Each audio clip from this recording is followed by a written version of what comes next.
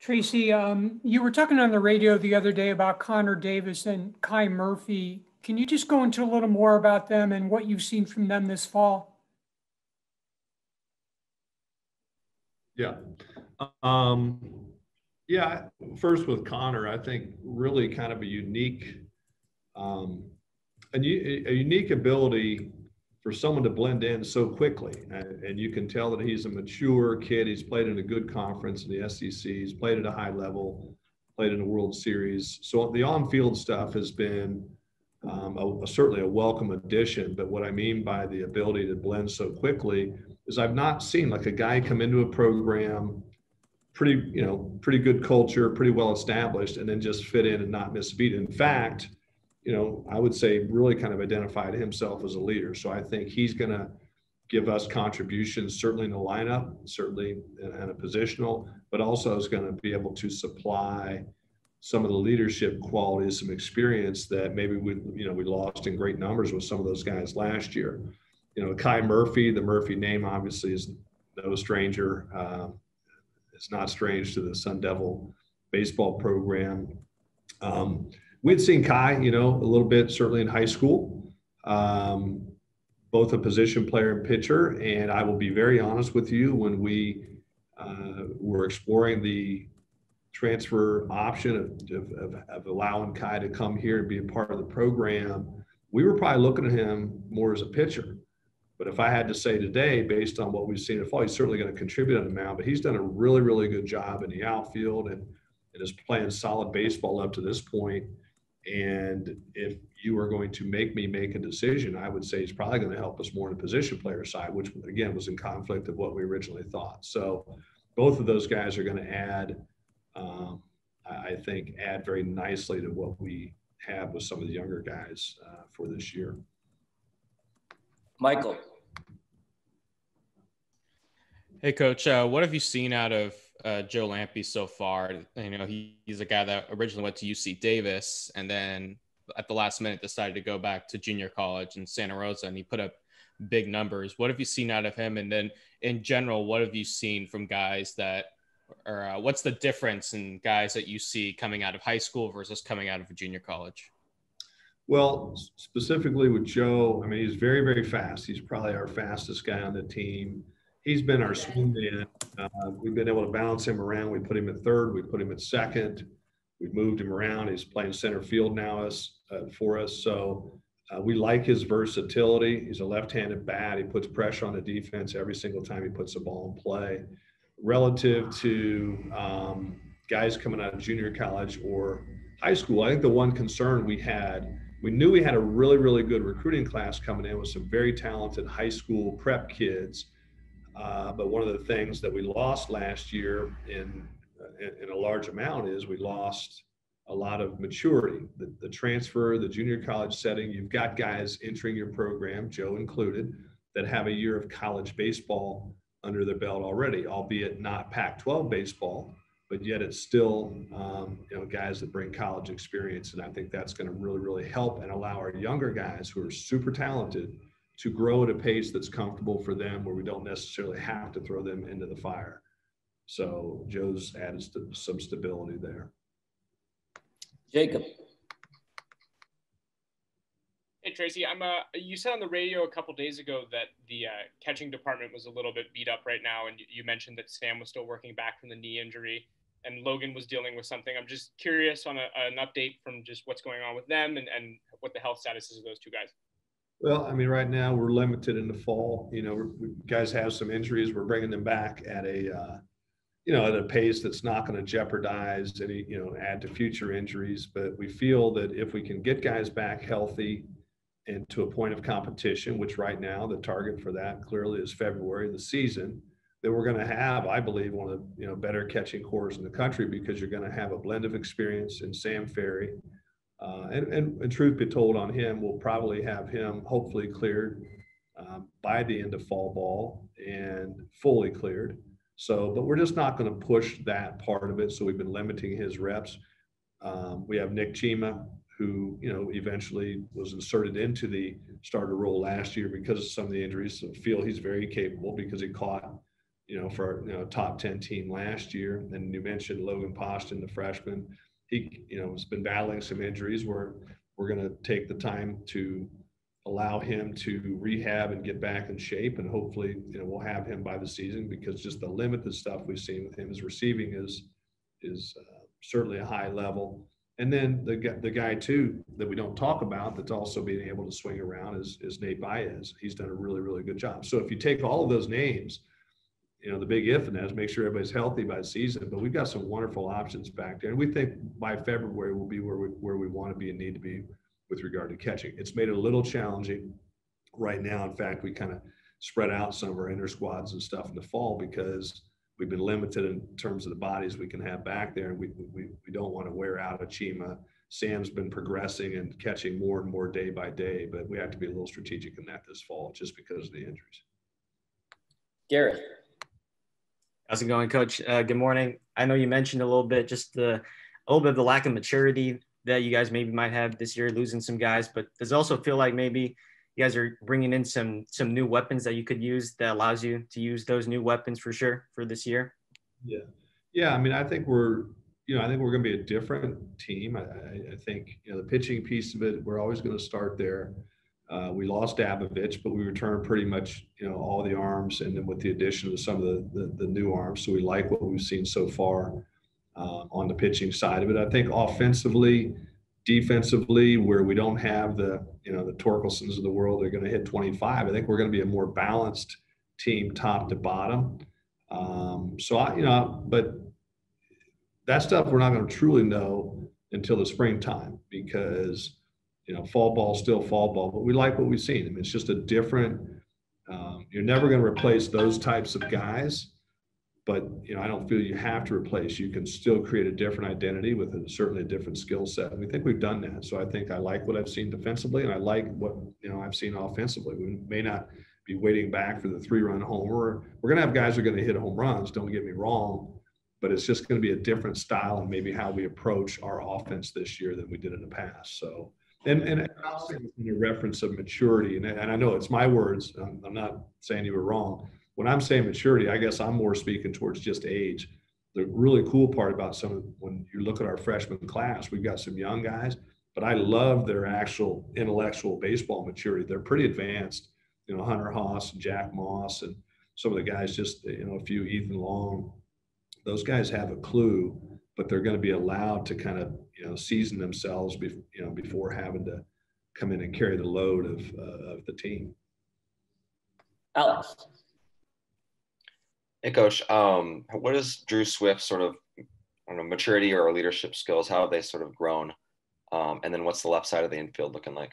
Yeah, I tell you, Drew Swift. We were just talking about this. I was just talking the other night about. He has been.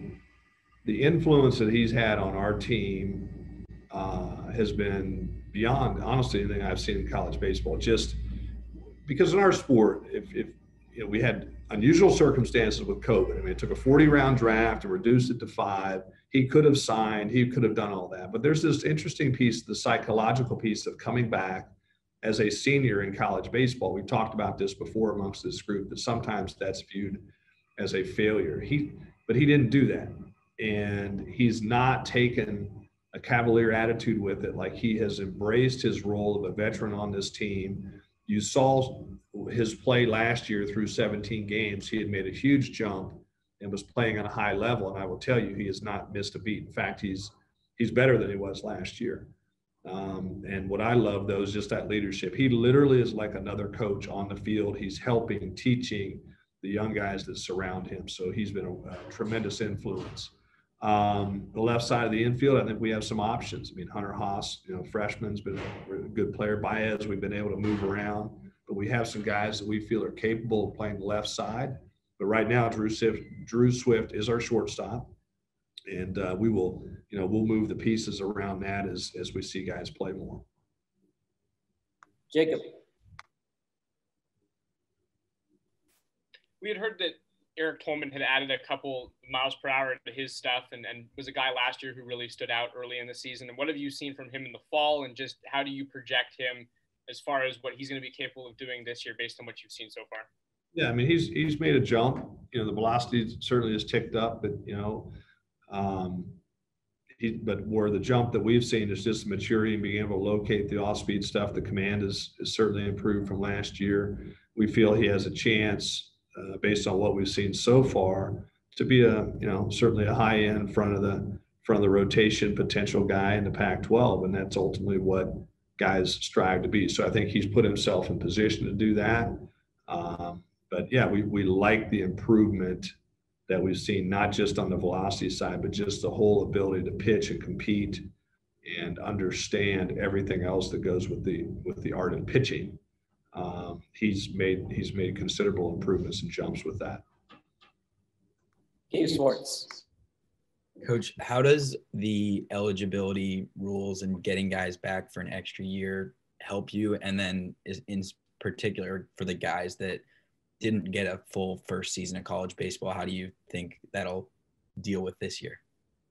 It's interesting. I mean, I think it impacted certainly last year some of the roster movement when you take the 40-round draft and move that down to 5. I apologize. I guess I just said the draft is more of an influence than the COVID legislation. You know, the COVID legislation for our sport, baseball, in particular, a place like Arizona State, I don't anticipate us getting those years back, those extra years of eligibility, because as they expand the draft, which I believe they're going to, it's just my opinion, but I don't think it's going to be a 5-round draft again moving forward. Everything I'm hearing probably closer to 20. So if we're on the right guys, or we're doing what we're supposed to from a development standpoint, this has been throughout the career, not just COVID. You don't get guys traditionally as seniors anyway. So I don't think it has a huge impact with our roster. I think it's, some other rosters around the country in baseball, probably. What's going to be really interesting to see is with the expanded roster legislation. Now, I'm not going to say that we didn't take advantage of that this year, because we did, as witnessed by, some of the transfers that we added to our roster. We have, the NCAA says you have an unlimited roster this year. I don't see it being an unlimited roster next year. I see it being a 35-man again. So I think what's going to be really interesting is when you see the roster movement at the end of this year, the 2021 season, more so than what you saw this year. Jeff.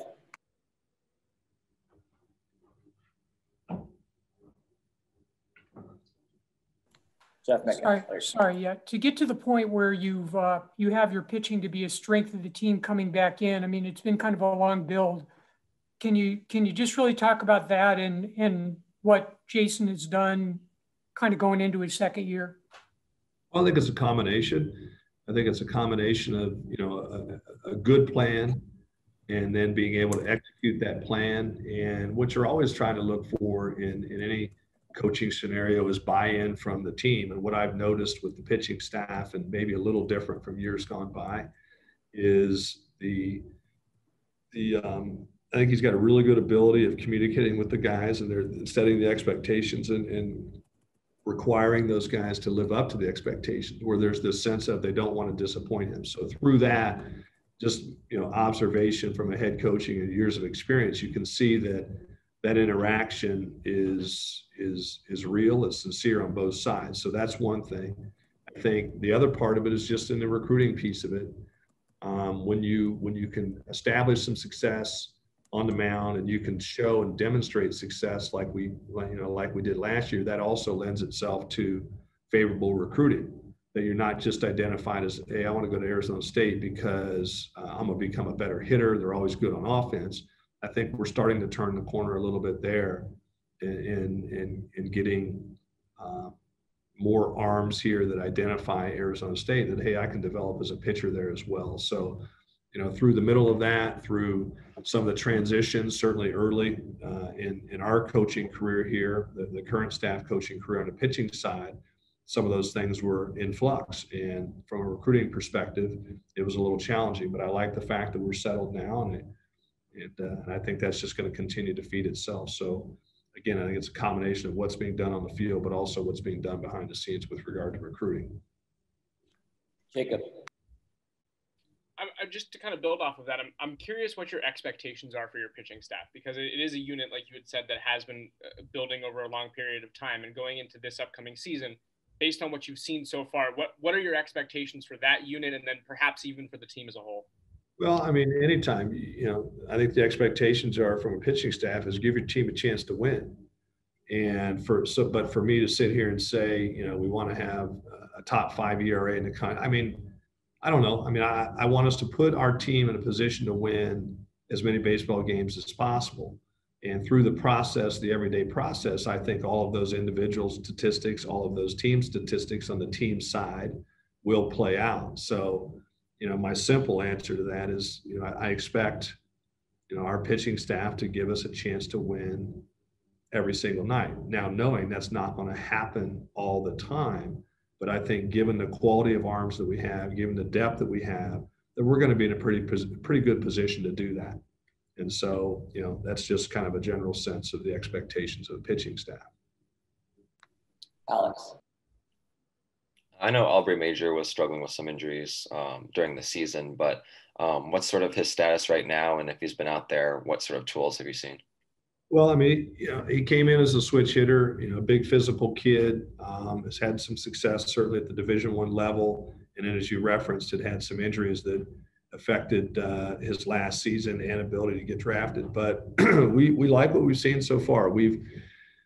Up to this point, we think it's in his best interest and our best interest that maybe we focus on the left side, hitting from the left side. He's shown that. He's shown to be a true threat on the left side of the plate. He's thrown together some really good at-bats, and so we like what we're seeing there. He's got some improvements to make on the defensive side, but I would say up to this point, he's probably more offensive than defensive, but he has the ability on the defensive side. I think it's just going to be more reps, and he's still a little banged up on the injury front, so that's prohibited him from his development.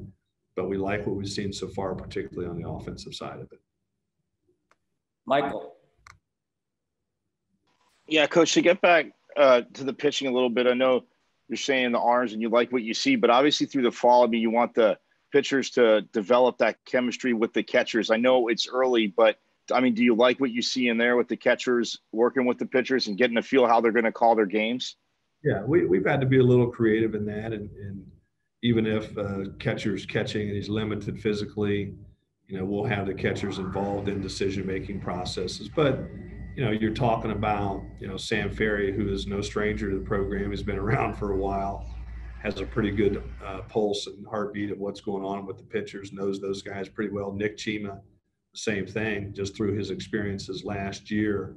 And Baez on the position player side, we're mixing him in there. But the guy that, we're trying to shorten the learning curve a little bit with is Pashtin. But the injury piece is first and foremost for us right now. But we feel pretty good on the chemistry side of that, just because of the experience and the age of the guys that we anticipate doing the burden of our catching, a couple of the fifth-year senior type. All right, last two questions. Jacob? Either on the hitting or the pitching side, who would you say has been the biggest surprise or just the best performer so far in the fall, in your opinion, and either way, pitching or hitting? It's a good question. I'm speaking from the gut here. I'd say, the guy that's really, I think, has made a jump in style of play, Sean McLean. I mean, Sean McLean has clearly come back stronger, more physical. We've been able to bounce him around. If you recall, we played him some in the outfield last year prior to he had an injury as well. And we kind of been moving him around, but from a defensive standpoint, we feel like we can do the outfield if we need to, but he also gives us some flexibility on the infield side of it. But where I've seen, I think the most jumps and surprising jumps, not just through average, but also power, have been Sean at the plate. And, that's been kind of fun to see, because usually it takes those guys, man, when they're a freshman, it takes them a little bit of time to figure stuff out, settle in, relax, and then you get a better idea of what they're going to be, usually late in their freshman year, which we didn't get last year, or, the beginning of that sophomore year. So he's been I wouldn't say a pleasant surprise, but he's the one from just an eyeball test has made the biggest jump and potentially can make the biggest contributions from what he was doing relative to last year. Jeff, last question. Jeff, last question. Yeah, I was going to ask you about McLean, but can you talk a little bit about second base and first base? And then are you seeing a role for Vinny Tosti? So second base, I mean, we feel like we have some options there, certainly with, McLean and Hunter Haas and even Baez, depending on how the combinations of the lineup. So those guys have given us some options. First base, that's, as you know, had a pretty good one there last year. I always love it. Hey, who are you going to replace him with? Well, you don't replace a guy like that. But we feel like Connor Davis has really been a critical addition because he adds the experience piece, but he's also performing. And he's done that at a high level. We've moved Brian Calmer over to first base because of what we have in the infield, and we feel that's his best chance to certainly help him because Brian's got some certain potential with the bat. And then Jack Moss, freshman Jack Moss, was a first baseman we signed. Is clearly going to push for time there as well. And back to the question before that, I mean, that young man has really made an impression on the staff offensively because he's one of the best bats in the country coming out of the draft last year. It has performed very well for us this fall. And then I think the last part of your question was Vinny Tosti. Vinny's, I mean, in all honesty, has struggled a little bit this fall. Just with, we've asked him to move to right field. I know he's played some center field and things, but he struggled a little bit. But we've been through COVID times, and we're 3 weeks into a fall, so we're going to continue to give him the reps. But what we like about his game is he is athletic, he's fast, he can run, and that old saying in baseball that speed shows up every day. There's always a role for somebody that can run, whether it's pinch run or defensive replacement or whatever it may be. So we'll let that evolve as we continue to practice.